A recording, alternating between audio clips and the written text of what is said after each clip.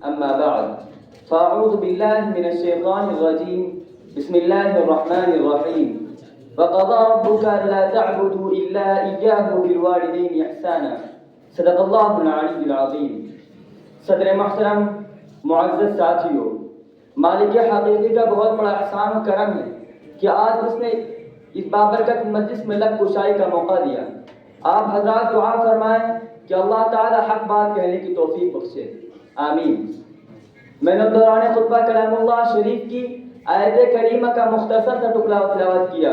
اس میں مفسرین کرام فرماتے ہیں کہ اللہ تعالی والدین کی اطاعت کو اپنے عبادت کا شمار فرماتے ہیں. ایک دوسری جگہ ارشاد ہے انشکر لی ولی والدیک، کہ میرے شکریہ کے ساتھ اپنے والدین کا شکریہ ادا کرو، چونکہ اصل مالک و خالق تو اللہ رب العزت ہے، لیکن مالک مجازی والدین بزرگوار ہیں، کیونکہ اللہ رب العزت نے انہی والدین کے ذریعے ہمیں دنیا میں پیدا کیا، پھر انہی والدین کے ذریعے ہم نے پرورش پائی. یہی نہیں بلکہ والدہ محترمہ کو ہماری پیدائش کے وقت درد ذہن نے کس قدر تڑپایا، اس وقت روح فنا ہو جانے کا اندیشہ ہوتا ہے، آنکھوں سے آنسو جاری ہو جاتے ہیں، لیکن ان تمام تر مصیبتوں کو بخوشی جھیل کر آگوں سے محبت ہوا کر دی اور اپنے مبارک خون کو دودھ بنا کر پلایا.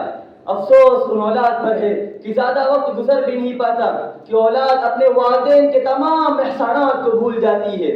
یہی نہیں بلکہ نافرمان اولاد اپنے والدین کے اوپر ڈنڈا اٹھا لیتی ہے. یاد رکھو ایسی نافرمان اولاد کے اوپر اللہ کی لعنت ہے. ایک مشہور حدیث میں روایت موجود ہے، ایک مرتبہ تاجدار کونین جناب محمد رسول اللہ صلی اللہ علیہ وسلم منبر پر تشریف لے جا رہے تھے. جب آپ نے پہلے منبر پر قدم رکھا تو آمین کہا، پھر دوسرے منبر پر قدم رکھا تو آمین کہا، جب تیسرے منبر پر قدم رکھا تو آمین کہا. صحابہ کرام رضوان اللہ تعالی علیہم اجمعین نے عرض کیا یا رسول اللہ آج ہم نے ایک عجیب ماجرا دیکھا. آپ صلی اللہ علیہ وسلم نے کہا یا رسول اللہ آج ہم نے ایک عجیب ماجرا دیکھا. آپ نے 3 مرتبہ آمین کہا. آپ صلی اللہ علیہ وسلم نے عرض کیا میرے پاس جبریل امین تشریف لائے تھے، انہوں نے کہا جو شخص رمضان المبارک کا مہینہ پائے لیکن روزہ نہ رکھے تو اس پر اللہ کی لعنت. دوسری دفعہ فرمایا جہاں پر آپ کا نام لیا جائے اور آپ پر درود نہ بھیجا جائے اس پر اللہ کی لعنت ہو، تو ہم نے کہا آمین. تیسری دفعہ فرمایا اس شخص پر اللہ کی لعنت ہو جو اپنے والدین کو پائے لیکن ان کی خدمت نہ کرے، تو ہم نے کہا آمین.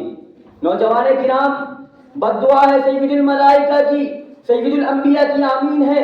بھلا بتلائیں یہ بد دعا کیسے رد ہو سکتی ہے؟ یقین ہے کہ بارگاہ الہی میں قابل مقبول ہے. ایک مرتبہ تاجدار کونین جناب محمد رسول اللہ صلی اللہ علیہ وسلم کے پاس ایک شخص آیا. اس نے عرض کیا یا رسول اللہ میرے والد نے میرا سارا مال و دولت لے لیا ہے.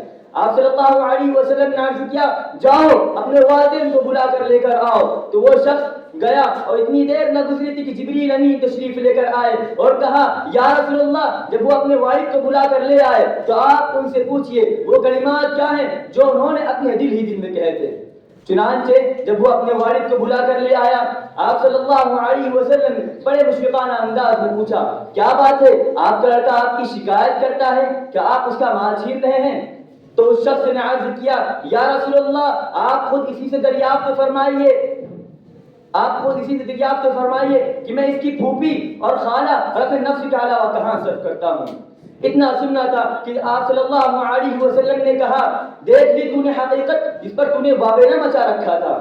اس کے بعد آپ صلی اللہ علیہ وسلم نے عرض کیا وہ کلمات کیا ہے جو تم نے اپنے دل ہی دل میں کہے تھے؟ اس شخص نے کہا یا رسول اللہ آپ پر میرے والدین قربان، آپ پر میری جان قربان، آپ پر میرا مال و دولت قربان، میں کیوں نہ بدلاؤں. تو اس نے عرض کیا میں نے یہ کلمات کہے تھے، میں نے تجھے بچپن میں غذا دی، جوان ہونے تک کی ذمہ داری اٹھائی، جب تم رات میں بیمار ہوتے تھے تو ہم نے اپنی نیندوں کو حرام کی، گویا کہ ہم نے تمام تمناؤں کو تم پر صرف کر دیا وغیرہ ذالک. حاجی برحق شفیع امت صلی اللہ علیہ وسلم نے کہا انت ومالک لابیک، جا تو بھی تیرے مال بھی تیرے والد کا ہے.